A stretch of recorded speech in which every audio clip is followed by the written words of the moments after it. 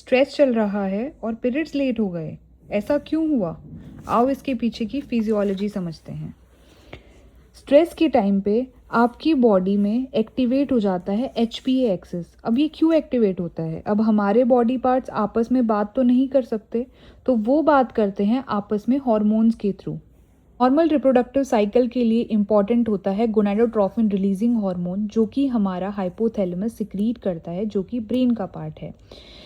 जब हमारी body stress में होती है तो HPA एक्सिस एक्टिवेट हो जाता है, जिसकी वजह से हाइपोथैलेमस डायरेक्ट करता है एड्रीनल ग्लैंड को एक हार्मोन रिलीज करने के लिए, जिसका नाम होता है कॉर्टिसोल।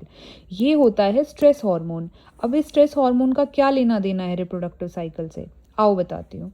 ये स्ट्रेस हार्मोन हाइपोथैलेमस को मैसेज भेजता है गोनाडोट्रोफिन रिलीजिंग हार्मोन कम सिक्रीट करने के लिए।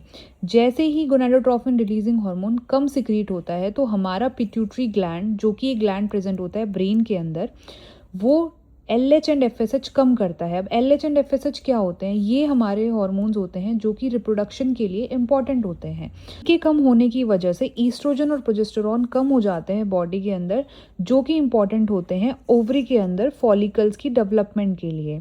अब क्योंकि फॉलिकल्स को एक स्पेसिफिक अमाउंट ऑफ हॉर्मोन्स नहीं मिल पाया है, इसकी वजह से वो हो जाते हैं अंडर डेवलप्ड। हमारी रिप्रोडक्टिव साइकिल हो जाती है इम्बैलेंस, जिसकी वजह से डिलेड या फिर मिस पीरियड हमें दिखाई देते हैं। बट क्या ये सारे कॉज रिवर्सिबल नहीं है? ये रिवर्सिबल है और ये परमानेंट नहीं होता। जैसे ही आप अपनी बॉडी के स्ट्रेस को दूर करोगे, ये सारी चीज़ें रिवर्स हो जाएंगी और सब कुछ नॉर्मलाइज हो जाएगा।